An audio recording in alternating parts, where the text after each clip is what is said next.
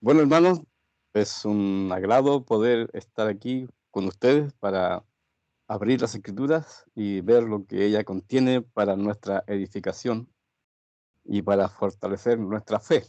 Quiero que vayan a Primera de Pedro, capítulo 1, versículo 17. Dice: Y si invocáis por Padre a aquel que sin acepción de personas juzga según la obra de cada uno, conducíos en temor todo el tiempo de vuestra peregrinación, sabiendo que fuisteis rescatados de vuestra vana manera de vivir, la cual recibisteis de vuestros padres, no con cosas corruptibles como oro o plata, sino con la sangre preciosa de Cristo, como de un cordero sin mancha y sin contaminación, ya destinado desde antes de la fundación del mundo, pero manifestado en los postreros tiempos por amor de vosotros, y mediante el cual creéis en Dios, quien le resucitó de los muertos y le ha dado gloria, para que vuestra fe y esperanza sean en Dios. Quiero destacar aquí que nuestro Señor Jesucristo fue destinado desde antes de la fundación del mundo. El Padre y su Hijo acordaron en algún momento de la eternidad que su Hijo tenía que venir a este mundo a morir y resucitar por los creyentes para darles vida eterna por medio de la fe. La humanidad entera estaba ajena a esta voluntad de Dios. Ignorábamos esto porque fue hecho antes de que este mundo fuera hecho, antes del cielo, la tierra, los animales, el mismo ser humano.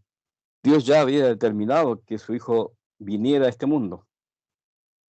Y esta voluntad de Dios fue plasmada en un libro que conocemos como la Sagrada Escritura, la Biblia, y empezó a revelar esta voluntad, primero de forma general, y después fue afinando, dando detalles, derivando familias, personas, por medio de las cuales vendría el Cristo, el Mesías.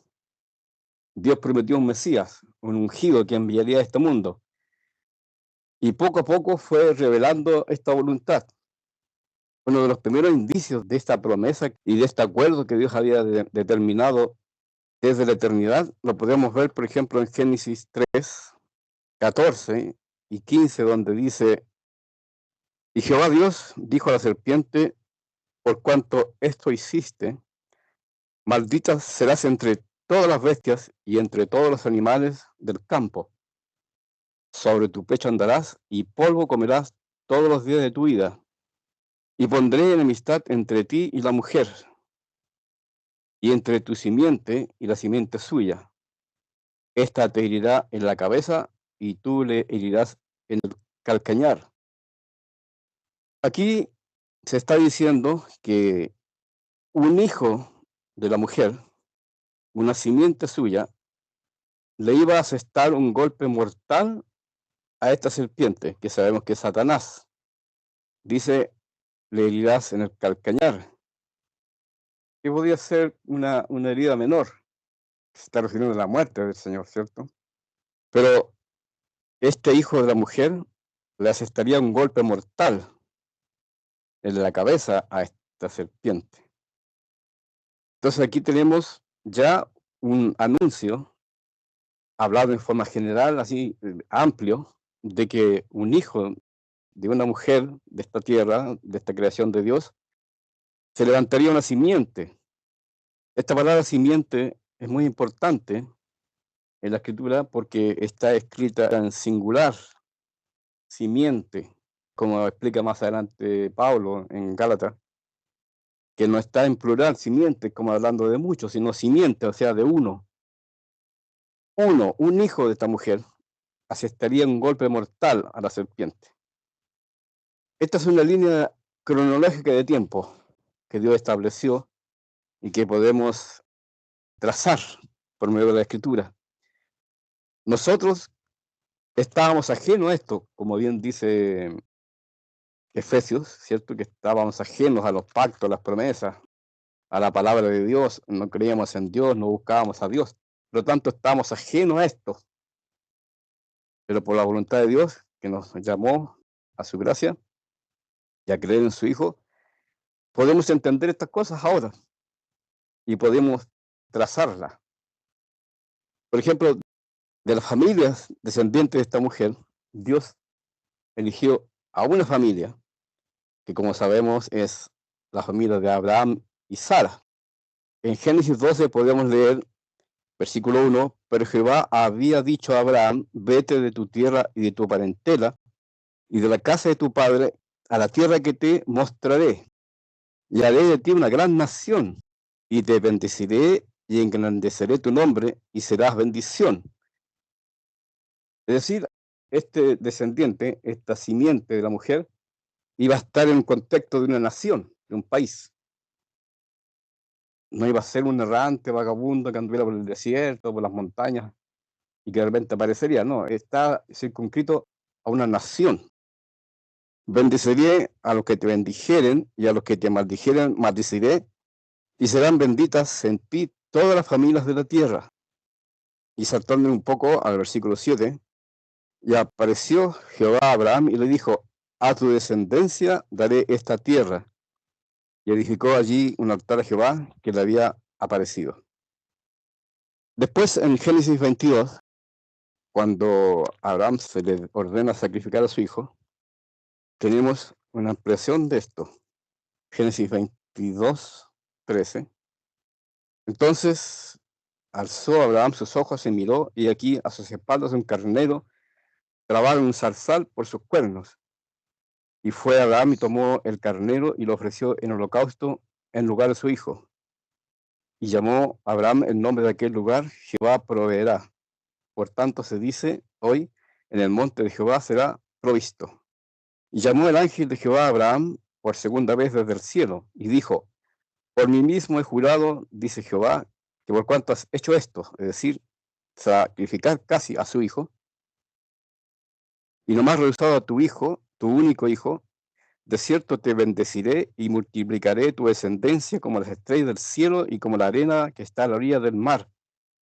Y tu descendencia poseerá las puertas de sus enemigos. En tu simiente serán benditas todas las naciones de la tierra, por cuanto obedeciste a mi voz. Aquí otra vez vemos la palabra simiente en singular, o sea, hablando de uno. Una simiente de Abraham, un hijo de Abraham, bendeciría a todas las naciones de la tierra, que como sabemos es la muerte y resurrección del Mesías, del ungido, en la cruz, nuestro Señor Jesucristo. Entonces vemos como de una mujer que tendría descendencia, de esta descendencia Dios escogió a Abraham. De esta familia nacería el Cristo en el tiempo, en el futuro. Entonces tenemos que la descendencia de Abraham sería después Isaac. Dios confirmó este pacto que hizo con Abraham, de que de su descendencia nacería el Cristo, el Mesías, la promesa, y la confirma en Isaac. Eso lo vemos en Génesis 26, cuando estuvo Isaac en Gerar. Dice del 1 al 5, después hubo hambre en la tierra, además de la primera hambre que hubo en los días de Abraham, y se fue Isaac a Abimelech, rey de los filisteos, en Gerar. Y se le apareció Jehová y le dijo, no desciendas a Egipto, habita en la tierra que yo te diré. Habita como forastero en esta tierra, y estaré contigo, y te bendeciré, porque a ti y a tu descendencia daré todas estas tierras, y confirmaré el juramento que hice a Abraham tu padre. Multiplicaré tu descendencia como las estrellas del cielo, y daré a tu descendencia todas estas tierras, y todas las naciones de la tierra serán benditas en tu simiente. Lo mismo que se le dijo a Abraham, se le dice ahora a Isaac, por cuanto oyó Abraham mi voz y guardó mi precepto, mis mandamientos, mis estatutos y mis leyes. Es decir, por causa de la obediencia de Abraham, de sacrificar a quien está hablando aquí, a Isaac, Dios confirmó la descendencia de Abraham, que de sus hijos nacería el Cristo. Entonces aquí tenemos que a Abraham le fue dada promesa, esta promesa fue confirmada en Isaac y en Jacob, que es hijo de Isaac. Eso lo vemos en Génesis 28, cuando aparece Dios a Jacob en Betel. Vamos a ver del versículo 10 al 14. Salió pues Jacob de Beerseba y fue a Harán, y llegó a un cierto lugar y durmió allí, porque ya el sol se había puesto, y tomó las piedras de aquel lugar, de aquel paraje, y puso a su cabecera, y se acostó en aquel lugar. Y soñó, y aquí una escalera que estaba apoyada en tierra, y su extremo tocaba en el cielo, y aquí ángeles de Dios que subían y descendían por ella. Y aquí Jehová estaba en lo alto de ella, el cual dijo: Yo soy Jehová, el Dios de Abraham, tu padre, y el Dios de Isaac.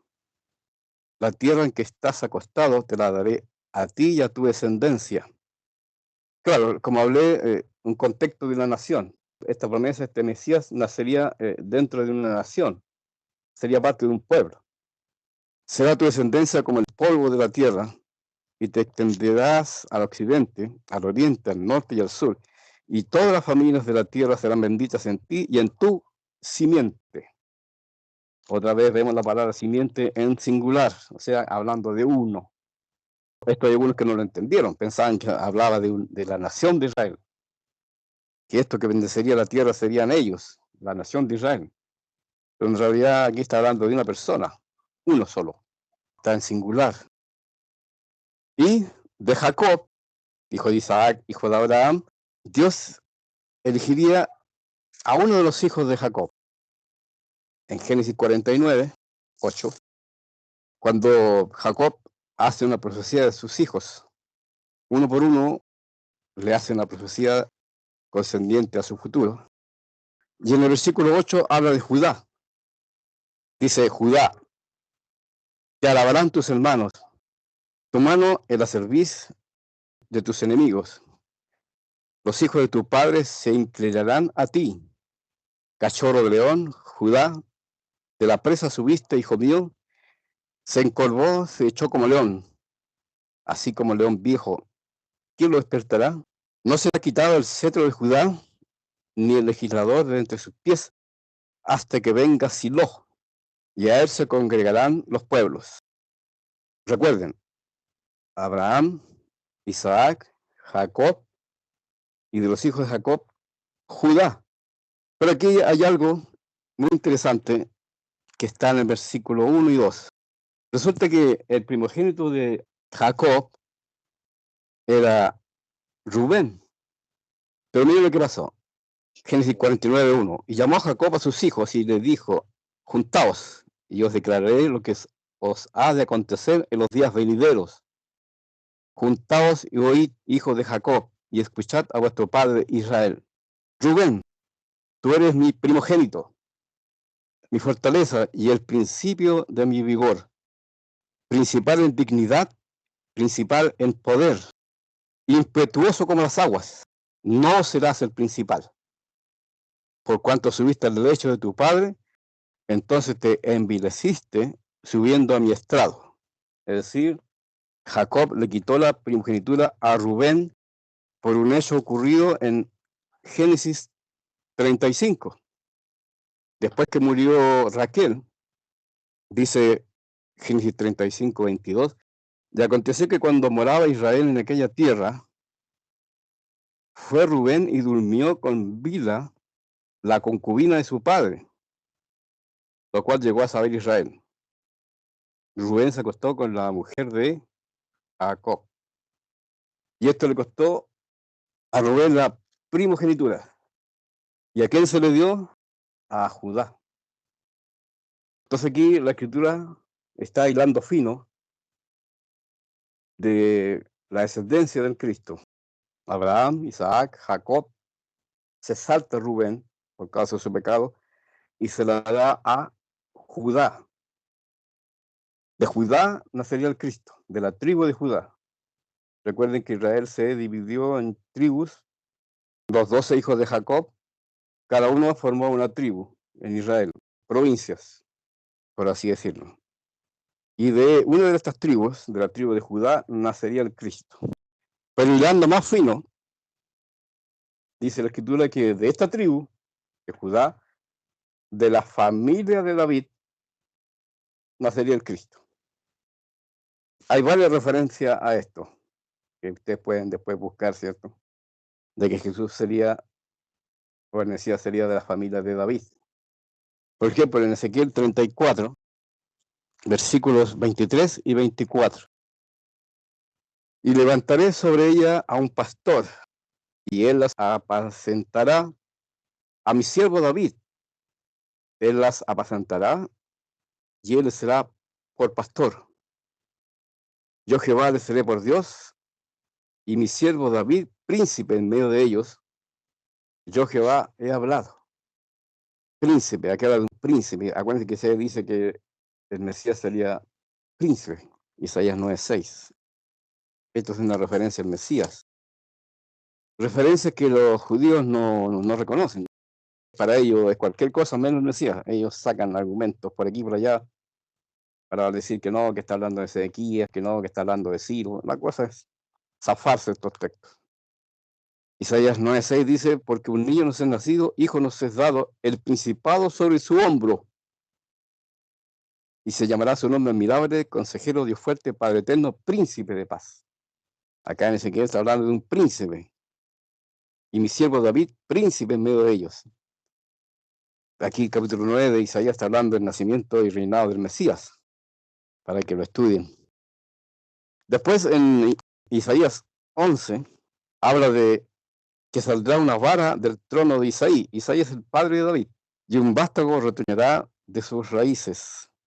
Y reposará sobre él el espíritu de Jehová, espíritu de sabiduría y de inteligencia, espíritu de consejo y de poder, espíritu de conocimiento y de temor de Jehová.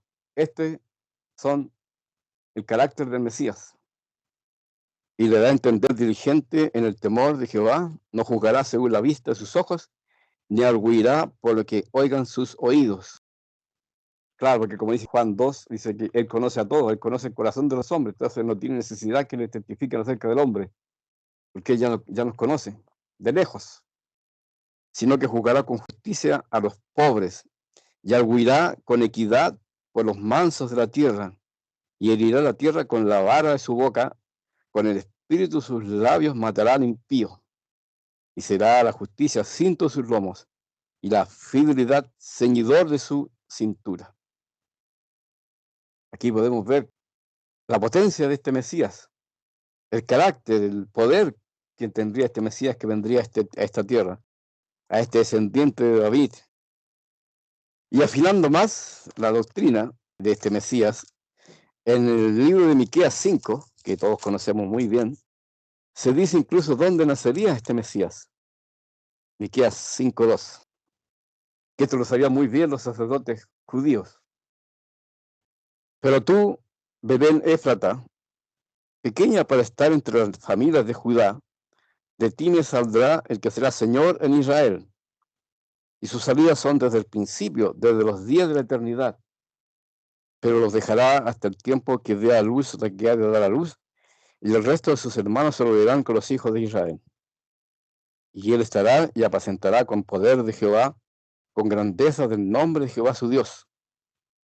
Y morarán seguros, porque ahora serán engrandecidos hasta los fines de la tierra. Este hijo que nacería en Belén, dice que sería engrandecido hasta los fines de la tierra. Y esta será nuestra paz. El Mesías nacería en Belén, de Judá, de la tribu de Judá. Como dice Mateo 1, cuando mandó preguntar Herodes dónde nacería el Mesías, le dijeron, citando este versículo, en Belén. Y retrocediendo un poco a Génesis 49, hay un hecho aquí, hay un detalle en la elección de Judá que dice incluso en qué momento nacería el Cristo, en qué momento histórico nacería el Cristo. Hace una aproximación al nacimiento del Mesías. Génesis 49:10. No será quitado el cetro de Judá, ni el legislador de entre sus pies, hasta que venga Silo. Si invertimos un poco este versículo, tenemos que dice que Silo vendría cuando sería quitado el cetro de Judá, y Judá ya no sería legislador en Israel. Es decir, que Judá no estaría gobernando cuando apareciera el Mesías. Tenemos que, como dice Lucas 3:1, en el año 15º del imperio de Tiberio César, siendo gobernador de Judea Poncio Pilato, y Herodes, tetrarca de Galilea, y su hermano Felipe, tetrarca de Iturea y de la provincia de Tracónite, y Lisanias, tetrarca de Abilinia, y siendo sumo sacerdote Anás y Caifás, vino palabra de Dios a Juan, hijo de Zacarías, en el desierto. Y en este mismo contexto nace el Mesías, bajo la gobernación romana. Ya aquí no está gobernando Judá, sino que está gobernando el imperio romano por medio de Pilato, gobernador de Judea, y unos reyesuelos Herodes, que igual era poderoso, pero era como un títere de Roma, que era Idumeo, no era judío Herodes. Entonces aquí se cumple esta profecía de Génesis 49:10, que el Mesías nacería cuando Judá no estuviera gobernando sobre Israel, sino que se intuye de que estaría gobernado por un pueblo invasor, en este caso Roma. Y quiero que veamos ahora también Zacarías capítulo 10, 2-4. Dice, porque los terafines han dado vanos oráculos y los adivinos han visto mentira. Han hablado sueños vanos y vano es su consuelo, por lo cual el pueblo vaga como ovejas y sufre porque no tiene pastor. Contra los pastores se ha encendido mi enojo y castigaré a los jefes. Pero Jehová de los ejércitos visitará a su rebaño, Israel, la casa de Judá, y los pondrá como su caballo de honor en la guerra. De él saldrá la piedra angular, de él la clavija, de él el arco de guerra, de él también todo apremiador. Entonces, haciendo un resumen, Dios estableció que de un hijo de la mujer, Génesis 3:15, ¿cierto? Nacería el Mesías, y de una familia nacido de esta mujer, a la cual Dios eligió a la familia de Abraham, que era babilonio cuando fue elegido, de su descendencia nacería el Cristo. Entonces, haciendo un seguimiento de esa familia, tenemos que Abraham, el patriarca, vendría después su hijo Isaac, su hijo Jacob, su hijo Judá, David, y de ahí nacería el Cristo. Dio un periodo de tiempo donde aparecería el Mesías, que es cuando Judá no estuviera gobernando. Yo creo, un judío lector de la Escritura, que el Señor le revelara esto, podría entenderlo, podría saber, por ejemplo, cuando Roma estuviera gobernando sobre Judá, algún judío podría acordarse de esta profecía de Génesis y decir, en esta gobernación podría venir el Mesías, ahora que está gobernando Roma y no Judá. Y Zacarías 10 habla de que Dios visitaría a su rebaño, a la casa de Judá, o sea, les mandaría al Mesías. Y aquí se dan varias características de este Mesías. El versículo 4 de Zacarías 10 dice que de él saldrá la piedra angular. Jesús mismo se encargó de explicar qué significa esto de la piedra angular. En Mateo 21:42, hablando de los labradores malvados de la viña, ¿cierto? Que se apoderaron de la viña y mataron al heredero. Jesús les pregunta a los judíos en el versículo 40, cuando venga pues el señor de la viña, ¿qué hará a aquellos labradores? Le dijeron, a los malos destruirá sin misericordia y arrendará su viña a otros labradores, que le paguen el fruto a su tiempo. Jesús le dijo, ¿nunca leísteis en las Escrituras, la piedra que desecharon los edificadores ha venido a ser cabeza del ángulo? El Señor ha hecho esto, y es cosa maravillosa a nuestros ojos. Por tanto os digo que el reino de Dios será quitado de vosotros, y será dado a otros, a otra gente que produzca los frutos de él. y el que cayere sobre esta piedra será quebrantado, y sobre quien ella cayere le desmenuzará. Es decir, Jesús o este Mesías sería la cabeza del ángulo, la piedra principal de un edificio, la piedra sobre la cual son tomadas todas las medidas, todos los ángulos. A partir de aquí se empieza a edificar. Es una piedra importantísima en la arquitectura. Y en este edificio de Dios es el fundamento principal sobre el cual se edifica la doctrina y este edificio de Dios. Y es cosa maravillosa a nuestros ojos. Pero me salté una definición, caballo de honor, que menciona Zacarías 10, que dice que Judá sería caballo de honor. 10:3 dice, Jehová de los ejércitos visitaría su rebaño, la casa de Judá, y los pondrá como su caballo de honor en la guerra. Caballo de honor significa victoria sobre los enemigos. Caballo de honor es el que va delante del ejército principal, con el general del ejército, liderando la batalla.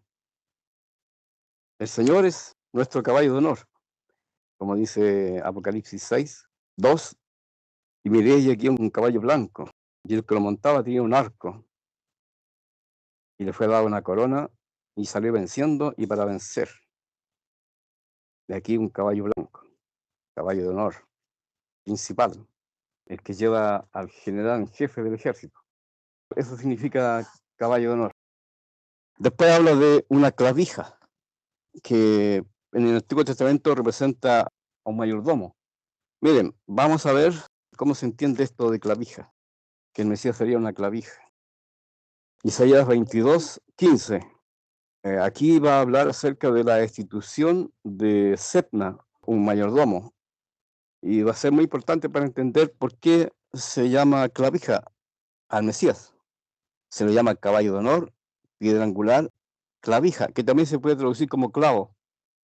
Dice, Jehová de los ejércitos, dice así, ve, entra a este tesorero, a Sebna, el mayordomo, y dile, ¿a quién tienes aquí que labraste aquí sepulcro para ti, como el que en lugar alto labra su sepultura?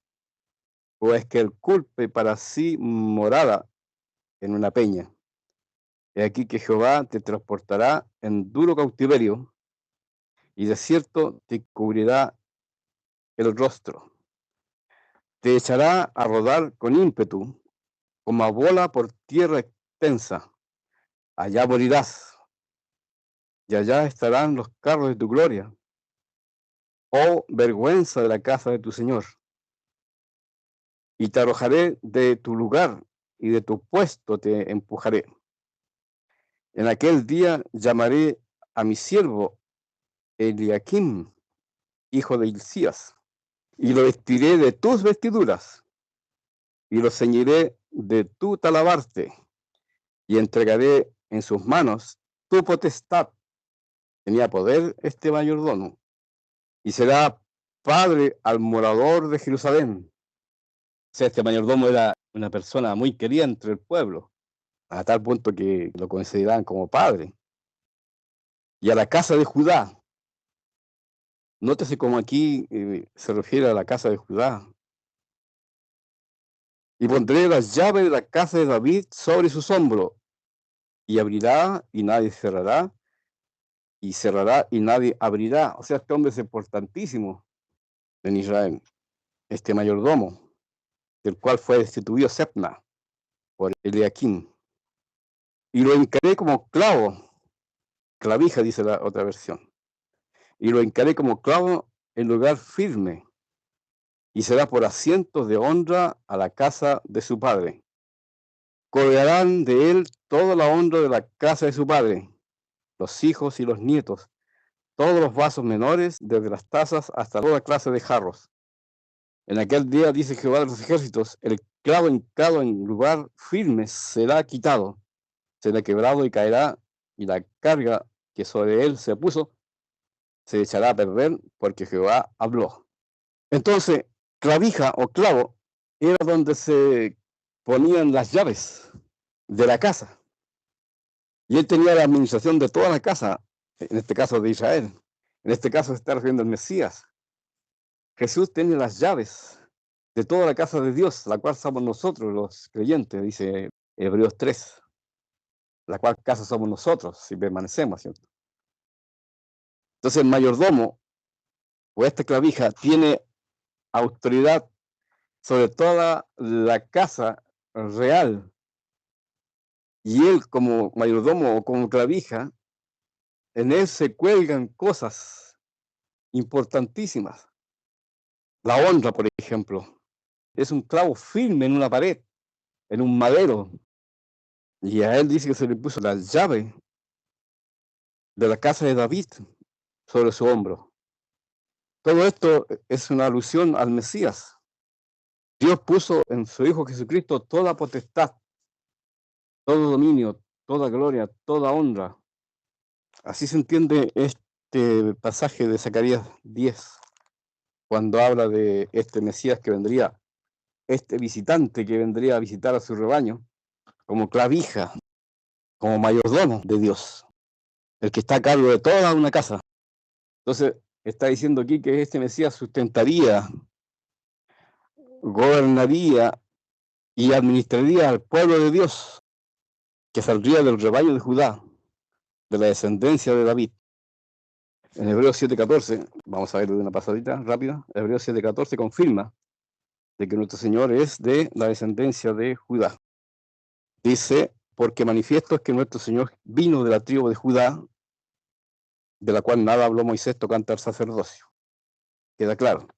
También queda claro que José y María eran de la descendencia de Judá, porque en el censo ellos bajaron a Belén, a pesar de que vivían en Nazaret, bajaron a Jerusalén para ser censados, que es su pueblo natal. Ahora, para terminar ya, quiero que veamos que en un pasaje importante de la Escritura, una vez más se nos menciona en qué periodo de tiempo nacería el Mesías. Y eso lo vamos a ver en Daniel 9, cuando habla de las 70 semanas. Daniel 9. Ahí se hace un adelanto de en qué momento nacería el Mesías, entre qué hitos. Es muy interesante este capítulo 9 de Daniel, porque recuerden que ellos estaban cautivos en Babilonia por Nabucodonosor, y Dios prometió por medio de Jeremías que pasarían 70 años cautivos. Y Daniel, en el capítulo 9, versículo 2, dice que Daniel estaba mirando atentamente los libros, se refiere a Jeremías, que Dios había prometido que estarían cautivos 70 años. Entonces, según la cuenta de Daniel, ya se habían cumplido esos 70 años, por lo tanto, ora a Dios para que cumpla su palabra y libere al pueblo y lo deje volver a Israel. Estaba en eso orando, pidiendo perdón por sus pecados y por los del pueblo. Estaba todavía hablando y orando, y vino Gabriel y les dice que se ha abierto una nueva cuenta. Terminaron los 70 años de cautividad en Babilonia, pero Gabriel le informa a Daniel que se ha abierto un nuevo tiempo, un nuevo periodo de tiempo, que conocemos como las 70 semanas. Y en estas 70 semanas, dice Daniel 9:24, 70 semanas están determinadas sobre tu pueblo y sobre tu santa ciudad, para terminar la prevaricación y poner fin al pecado, y expiar la iniquidad para traer la justicia perdurable, y sellar la visión y la profecía, y ungir al santo de los santos. Aquí, un judío que anhelaba la venida del Mesías tendría que haberse asombrado, porque aquí está mencionando que sería ungido el santo de los santos. Una extraordinaria noticia para un judío expectante de la venida de su Mesías, de la promesa que Dios hizo a Abraham. Dice el versículo 25, sabe pues y entiende que desde la salida de la orden para restaurar y edificar a Jerusalén hasta el Mesías príncipe habrá 7 semanas y 62 semanas. Aquí se confirma que este Mesías vendría. ¿Desde qué momento se empieza a contar esta venida? Desde que Jerusalén y el templo fueran restaurados, reedificados. Pero aquí también dice cuándo en qué periodo. Tenemos el inicio, por así decirlo, el primer hito para entender en qué momento vendría el Mesías. Uno era la restauración y reedificación de Jerusalén y el templo. Después hizo el 26, y después de las 62 semanas se quitará la vida al Mesías. Aquí hay una información para un judío que el Mesías moriría, cosa que los fariseos no creían, porque ellos le habían enseñado al pueblo que el Mesías permanecía para siempre. Es decir, aparece el Mesías y no muere nunca más. Queda con Israel presente con ellos para siempre. Pero aquí ya está diciendo que el Mesías sería muerto, lo cual contradice la enseñanza farisea de que el Mesías permanece para siempre. Dice que moriría, mas no por sí. Y el pueblo de un príncipe que ha de venir destruirá la ciudad y el santuario, y su fin será con inundación, y hasta el fin de la guerra durarán las devastaciones. Y por otra semana confirmará el pacto con muchos. A la mitad de la semana hará cesar el sacrificio y la ofrenda. Después, con la muchedumbre de las abominaciones, vendrá el desolador, hasta que venga la consumación, y lo que esté determinado se derrame sobre el desolador. Aquí está el segundo hito para entender en qué periodo de tiempo nacería el Cristo. Hermano, es para Daniel una información terrible, porque probablemente él se alegra al principio de que Jerusalén y el templo iba a ser reconstruido, pero aquí se le está diciendo, todavía no se pone ni siquiera una piedra para reconstruir este templo arrasado por Nabucodonosor, y se le está diciendo que esta reconstrucción sería destruida una vez más. Entonces teníamos que el Mesías vendría entre la reconstrucción del templo destruido por Nabucodonosor y la destrucción de este mismo templo. En ese periodo de tiempo vendría el Mesías, que como sabemos fue destruido en el año 70 por Tito Flavio Vespasiano, general romano, hasta el día de hoy. Este argumento, hermano, es muy bueno para decirle a un judío que no cree que el Mesías ya vino. Ellos todavía lo esperan. Pero si usted le dice, oiga, pero Daniel dice que el Mesías vendría entre la primera reconstrucción y la destrucción de esta reedificación. Ya ahí no tienen argumentos para refutar este texto. No pueden, porque lo está diciendo nuestros profetas, Daniel. A ver, tengo acá atrás en la Biblia mía una fecha. Dice aquí que el edicto de Ciro concediendo el regreso a los judíos a Jerusalén fue el año 538 a.C. Y la destrucción del templo por Tito fue el año 70 después de Cristo. Entre ese periodo nacería el Mesías, entre el 538 y el 70 después de Cristo.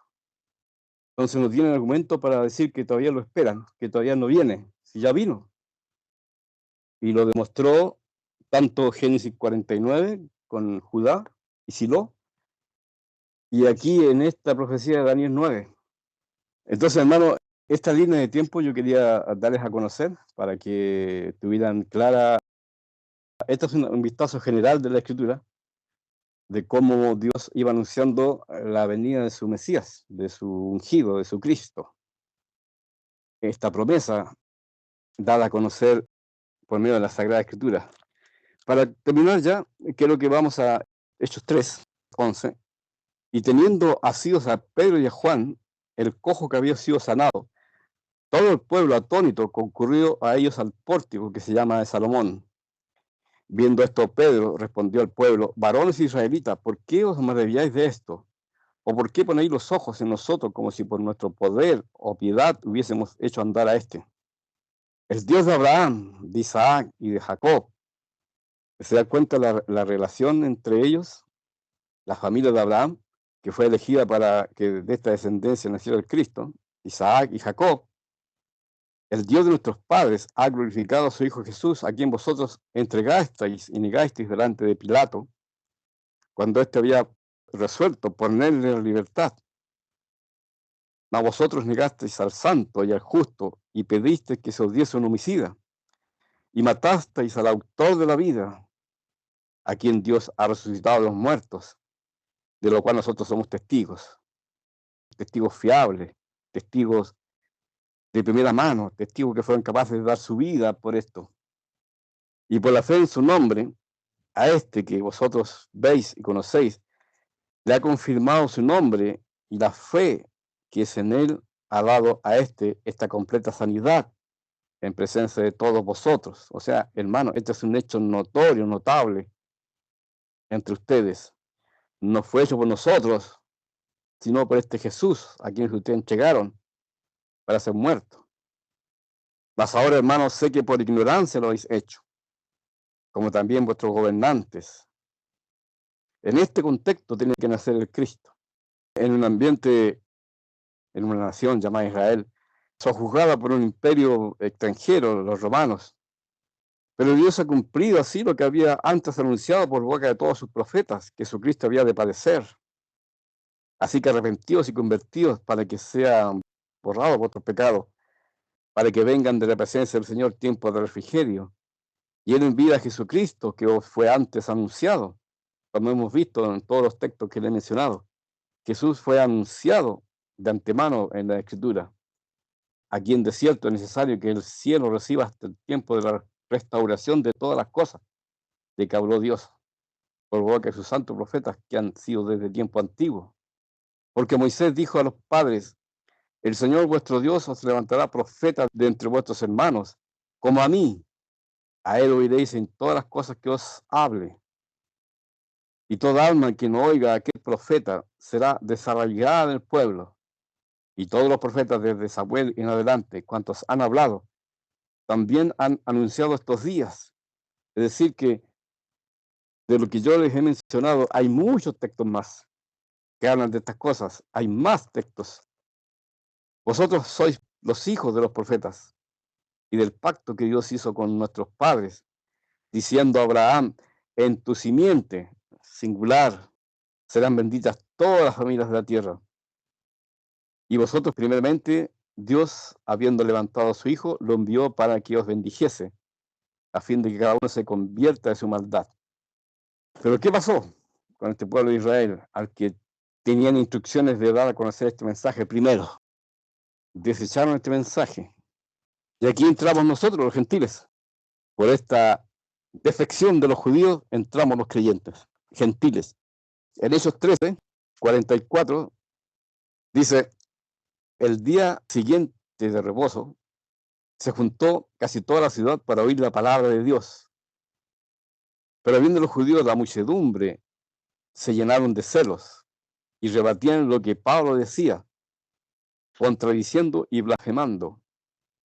Nótese cómo la gente consideraba la palabra de Pablo palabra de Dios. Entonces Pablo y Bernabé, hablando con denuedo, dijeron: a vosotros, a la verdad, era necesario que se os hablase primero la palabra de Dios. Cosa que ocurrió, como vimos recién en Hechos 3. Mas puesto que la desecháis y no os juzguéis dignos de la vida eterna, y aquí nos volvemos a los gentiles. Porque así nos ha mandado el Señor, diciendo: te he puesto por luz a los gentiles, a fin de que seas para salvación hasta lo último de la tierra. A nosotros, los que estamos acá, ¿cierto?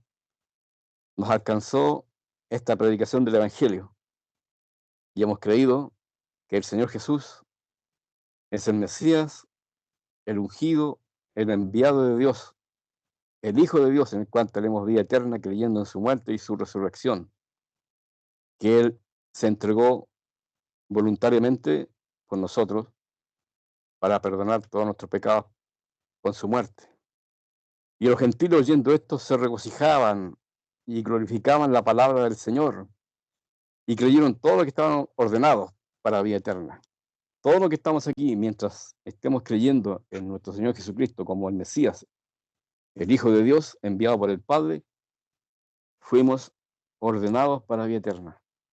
Y el mandamiento de Pablo, en 1 Corintios 15, es a que esta palabra que nos fue predicada, que nos fue enseñada, nos fue declarada en algún momento y la creímos por el Espíritu de Dios, dice Pablo, 1 Corintios 15, además os declaro, hermanos, el Evangelio que os he predicado, el cual también recibisteis. Sí, recibimos este Evangelio, en el cual también perseveráis. En eso estamos hasta ahora. por el cual asimismo, si retenéis la palabra, sí, la estamos reteniendo, sois salvos. Somos salvos por la muerte y resurrección de nuestro Señor. Y si no hacemos todas estas cosas, si no recibimos, si no perseveramos, si no retenemos esta palabra de vida que nos ha sido predicada, dice ahí, hemos creído en vano. ¿Y cuál es este evangelio? Que primeramente os he enseñado lo que asimismo recibí, que Cristo murió por nuestros pecados conforme a las Escrituras, y que fue sepultado y que resucitó al tercer día conforme a las Escrituras. Esto es el evangelio, hermanos, que se nos manda a recibir, perseverar y retener para alcanzar salvación, para ser salvos. No sea que nos deslicemos y perdamos el galardón que es gratuito por la fe. Eso, hermanos, les tenía preparado para esta mañana. Espero que les sirva para tener una idea general de la Escritura, de cómo Jesús, nuestro Señor, fue anunciado, destinado ya desde antes de la fundación del mundo y fue revelado por Dios en forma gradual en su Escritura, ampliando y detallando de qué familia nacería este Mesías. Abraham, Isaac, Jacob, Judá, Isaí, David. De ahí nacería nuestro Señor, de la tribu de Judá. Amén, hermanos. Bendiciones para todos. Gracias, hermano. Sin duda que no nos deja de asombrar cómo Dios hace las cosas. La noticia más importante es precisamente esta simiente que Él se había propuesto traer al mundo para bendecirlo. Y esto fue algo que se elaboró en el corazón de Dios, primero, junto a Cristo cuando estaba eternamente con Él antes del principio. Y cómo lo fue comunicando después en una faceta terrenal a los patriarcas. Y cómo fue sacando adelante este empeño suyo en un delicado balance, hermano, porque Él fue dirigiendo esta promesa y muchas veces estuvo en peligro. Sin embargo, el Señor salió adelante con su promesa, ¿no es cierto? Una pequeña cosita a propósito de lo que acaba de decir. En un momento, David salió a guerrear al frente del ejército y casi fue muerto por un gigante. Lo tuvieron que socorrer sus capitanes, sus valientes, y lograron matar a este gigante, si no David hubiera sido muerto. Entonces estos capitanes le dijeron a David que no saliera más a batallar, no sea que se apague la lámpara de Israel, como estaba prometido que de la descendencia de David nacería el Cristo. O sea, estaba corriendo riesgo esta descendencia si David muriera. Por lo Claro. tanto, le prohibieron a David salir a batallar al frente del ejército. Amén. Gracias, hermano John. Yo quería dejar a mi pastor sobre algún comentario respecto a lo que hemos escuchado hoy día. Tiene la palabra, pastor. Bueno, por lo que se describe, ¿no? Y los hermanos estamos hablando de la cabeza del ángulo de nuestra fe. Amén. De hecho, en Romanos 15:12 dice, y otra vez dice Isaías, Pablo lo dice, estará la raíz de Jesse, o Yesé, como lo quieran leer en versión antigua, y él se levantará a regir los gentiles, y los gentiles esperarán en él. Entonces, para Pablo, esto de que reinaría David no era solamente para su tiempo, sino que a través del Mesías que descendería de él, reinaría también sobre los gentiles, y los gentiles estábamos esperando en él, que él, luego de padecer en la cruz, por nosotros tomara reino a la diestra de Dios, esperando venir a juzgar en el tiempo que Dios tiene determinado. Y eso lo dice Romanos 15, verso 12. Y solamente citar un texto que también se aluden a lo mismo, Apocalipsis 5:5. Y uno de los ancianos me dice, no llores, aquí el león de la tribu de Judá, la raíz de David, de donde proviene David.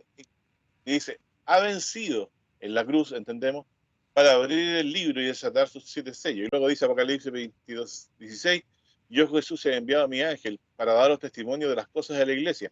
Dice, yo soy la raíz, fíjense, y el linaje, o sea, estoy antes y después de David, la estrella resplandeciente y de la mañana. Así que nuestro Señor Jesucristo es raíz y linaje de David, por sobre David, pero David fue contado en la descendencia de él, porque de ahí vendría el Mesías, como dice claramente las escrituras del Antiguo Testamento y del Nuevo. Eso, hermano, nada más. Gracias, pastor.